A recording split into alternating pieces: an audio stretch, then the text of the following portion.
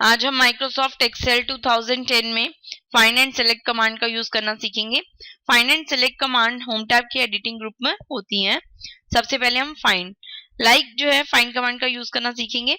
Find command अगर हम अपनी पर्टिकुलर लिस्ट में से जो है कुछ पर्टिकुलर वैल्यूज को फाइंड करना चाहते हैं, हम चाहते हैं कि इस लिस्ट में से जहां पर भी 500 वैल्यू है वो हमें फाइंड करके दे, तो हम क्या करेंगे, मार्क्स वन पर क्लिक करेंगे और फिर फाइंड पर के ड्रॉप डाउन मेनू पर क्लिक करके फाइंड बटन पर क्लिक कर देंगे, या फिर कीबोर्ड से हम कंट्रोल F भी प्रेस कर सकते हैं।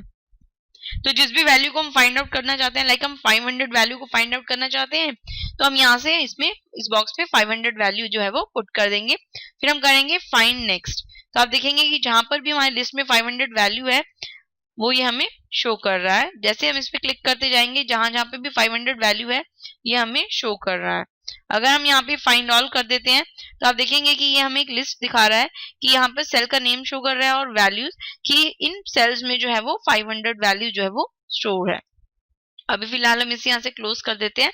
नेक्स्ट है हमारा रिप्लेस यानी कि अगर हम किसी पर्टिकुलर वैल्यू को किसी वैल्यू के साथ रिप्लेस करना चाहते हैं, हम 500 वैल्यू को 1100 वैल्यू से रिप्लेस करना चाहते हैं, तो हम ऊपर वाले बॉक्स में फाइंड वर्ड में लिखेंगे 500 और रिप्लेस में डालेंगे 1100, यानी कि हम 500 वैल्यू को 1100 वैल्यू से जो है वो रिप्लेस करना चाहते हैं।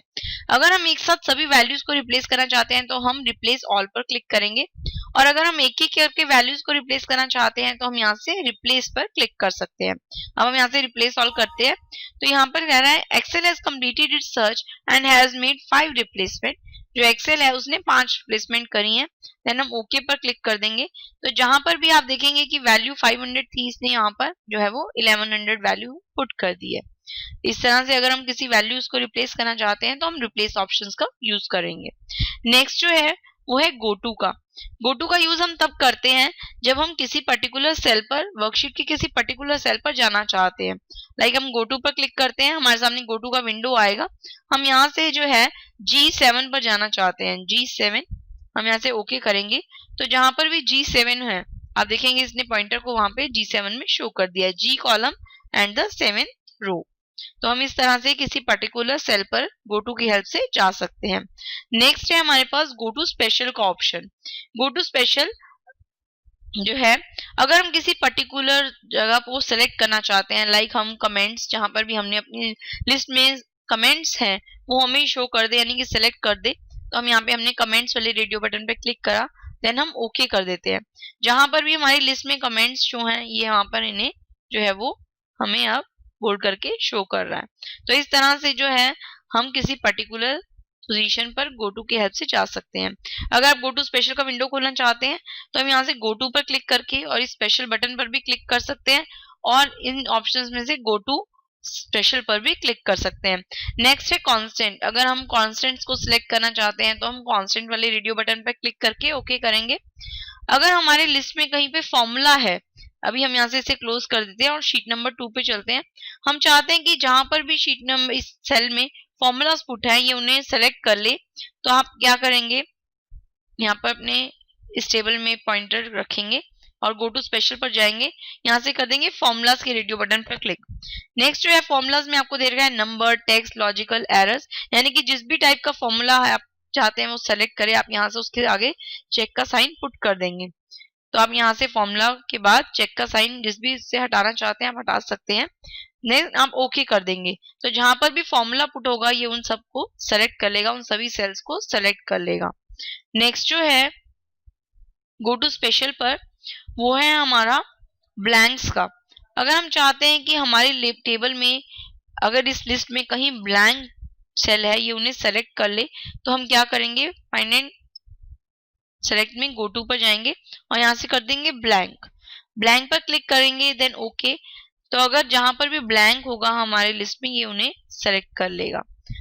फिर से हम गो टू पर चलते हैं।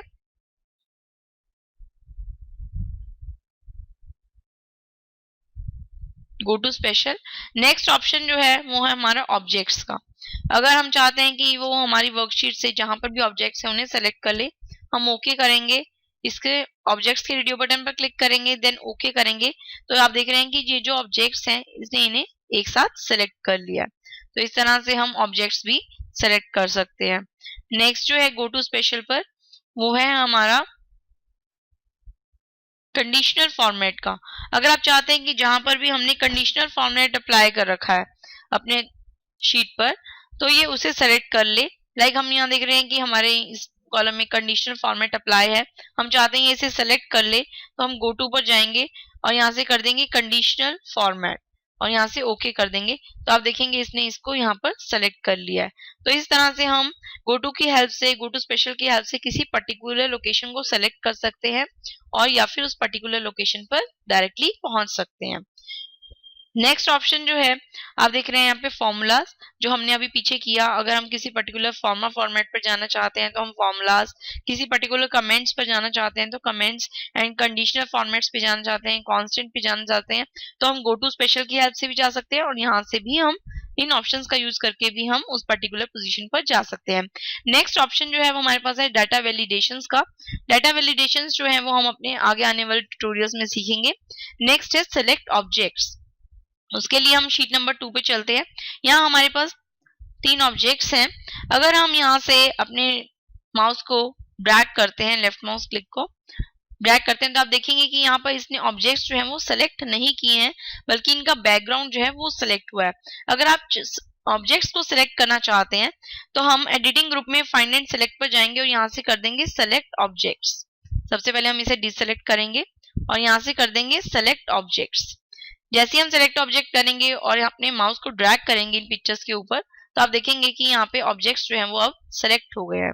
अगर आप इसे डिसेलेक्ट करना चाहते हैं तो हम सिंपली अपने कीबोर्ड से एस्केप की प्रेस कर देंगे, तो ये सब जो है वो डिसेलेक्ट हो जाएंगे। नेक्स्ट है हमारा सिलेक्शन पेन। सिलेक्शन पेन पर क्लिक करते हैं।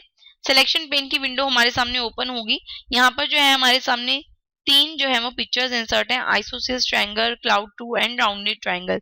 अगर हम किसी पर्टिकुलर शेप को सेलेक्ट करना चाहते हैं तो हम उस पर क्लिक कर देते हैं। लाइक हम क्लाउड 2 को क्लिक करते हैं तो यहाँ से क्लाउड 2 जो है वो सेलेक्ट हो गया। और अगर हम राउंडेड रेक्टेंगल को क्लिक करते हैं तो वो सिलेक्ट हो गया। किसी पर्टिकुलर अगर हम पिक्चर को या शेप को सिलेक्ट करना चाहते हैं तो हम सिलेक्शन पेन का यूज करेंगे।